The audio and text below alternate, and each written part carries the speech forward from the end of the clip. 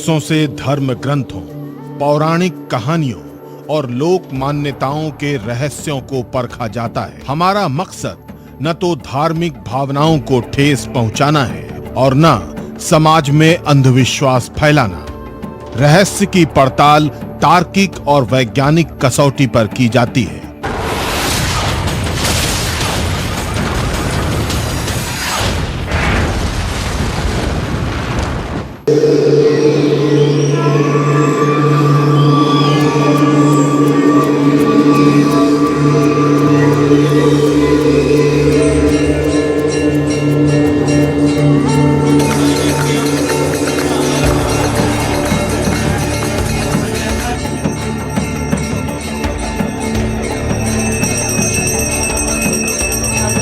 इंसान तो इंसान, भगवान को भी सूर्य ग्रहण की छाया से बचना पड़ता है।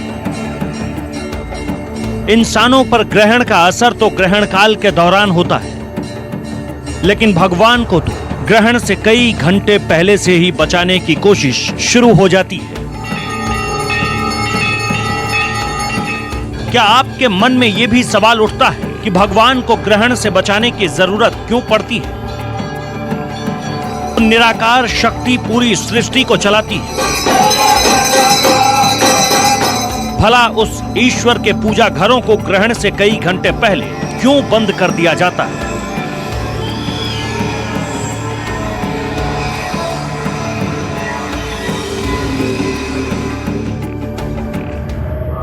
क्या इंसानों के अलावा भगवान पर भी ग्रहण की छाया से कोई असर पड़ता है?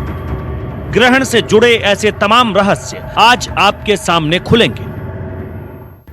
नमस्कार, आपके साथ मैं हूं कविता सिंह। ग्रहण से जुड़ी तमाम बातें आप जानते होंगे, लेकिन आज ग्रहण से जुड़े ऐसे पौराणिक महत्व वाले राज हम आपको बताने जा रहे हैं जिनके बारे में आप शायद ही जानते होंगे।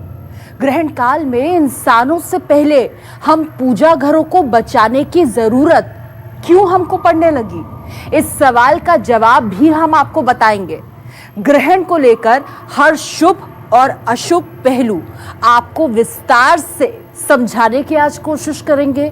ग्रहण का सबसे बड़ा राज छिपा है सूतक काल में।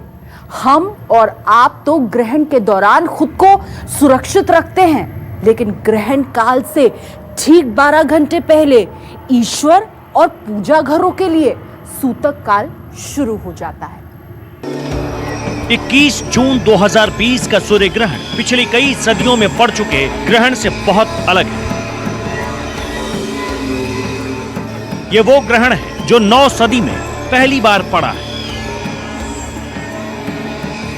यानी 21 जून को आषाढ़ अमावस्या पर कंकणाकृति खंडग्रास सूर्य ग्रहण 900 साल में ऐसे ही योग पर पड़ रहा है।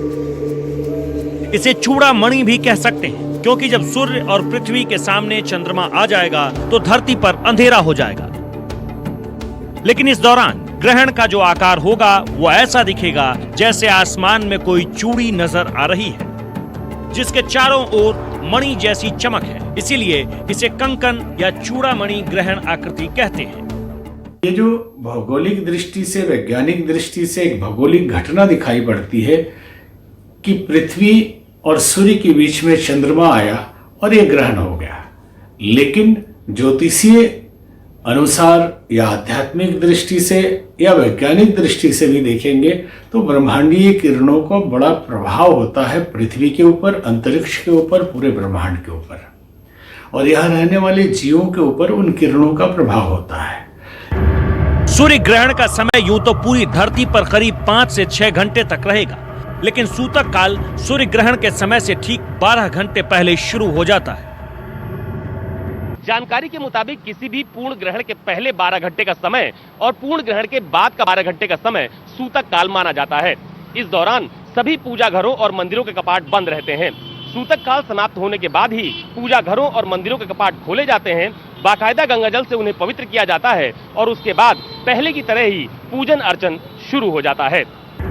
ज्योतिष के अनुसार अशुभ नक्षत्र में होने वाली घटना में सूतक लगता है। सूतक यानी वातावरण में नकारात्मक प्रभाव वाली घटनाओं का समय सूर्य ग्रहण का सूतक ग्रहण लगने से 12 घंटे पहले शुरू होता है। वहीं चंद्र ग्रहण का सूतक ग्रहण लगने से 9 घंटे पहले शुरू होता है।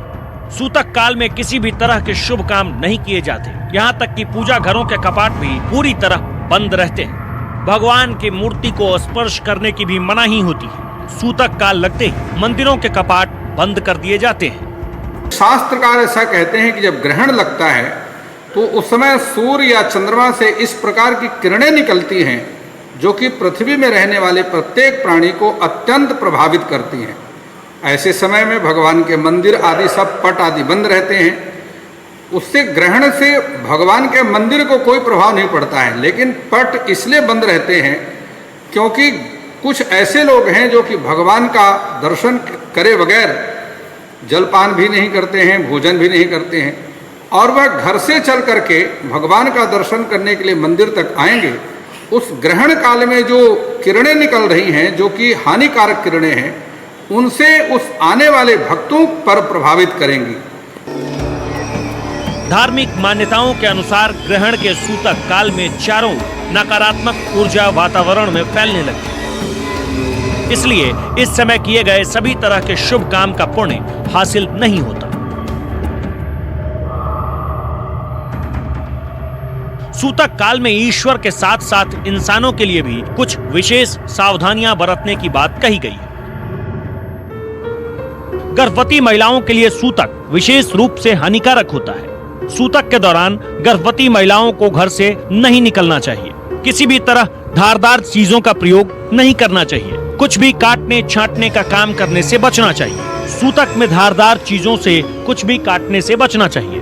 मान्यता है कि सूतक में धारदार चीजें प्रयोग करने से विकास रुकता है। गर्भवती महिला को विशेष रूप से कुछ काटना पीटना नहीं चाहिए। कैंची का इस्तेमाल, नेल कटर का इस्तेमाल, यहाँ तक कि चाकू का इस्तेमाल, किसी शॉपर या कटिंग का इस्तेमाल नहीं करना चाहिए। सुई धागे का इस्तेमाल नहीं करना चाहिए। यानी कि कोई भी मेटल के पदार्थ का इस्तेमाल जो काटता हो किसी चीज़ों को, उसका नहीं करना चाहिए, क्योंकि इसका दुष्प्रभाव बालक पर पड़ सकता है या संतान पर पड़ सकता है। ठीक इसी तरह कहा गया है कि इस समय नया खाना नहीं बनाना चाहिए, नया काम नहीं आरंभ करना चाहिए, यहाँ तक कि किसी की निंदा नहीं करनी चाहिए, किसी को चुगली नहीं करनी चाहिए, किसी को अपशब्द नहीं कहने चाहिए, किसी का अनादर नहीं करना चाहिए, किसी का अपमान भी नहीं करना चाहिए। सूतक काल में खाने पीने की मनाही होती है, लेकिन गर्भवती महिलाओं, बीमार व्यक्ति, छोटे बच्चों और बुजुर्गों पर ये नियम लागू नहीं होते। हालांकि पौराणिक मान्यता है कि सूतक काल लगने से पहले ही यदि भोजन में तुलसी के पत्ते डाल दिए जाएं, तो ग्रहण काल में जरूरत पड़ने पर उस खाने का इस्तेमाल कर सकते हैं, क्योंकि तुलसी को कलयुग में पवित्र माना गया है। लेकिन ध्यान रहे, सूतक काल में तुलसी के पौधे को नहीं छूना चाहिए। सूर्य ग्रहण से 12 घंटे पहले लगने वाले सूतक काल से कुछ देर पहले ही तुलसी की पत्तियां तोड़कर रख लें। इस बार का ग्रहण तो वैसे भी रविवार को है और रविवार को तुलसी का स्पर्श नहीं किया जाता। नमस्कार, मैं हूं मानक गुप्ता। अगर आपको हमारा ये वीडियो पसंद आया हो तो इसे लाइक और शेयर जरूर करें, और हाँ, हमें सब्सक्राइब और फॉलो करना ना भूलें, ताकि आप देश और दुनिया की कोई खबर मिस ना करें। तो जुड़े रहिए हमारे साथ और देखते रहिए News 24।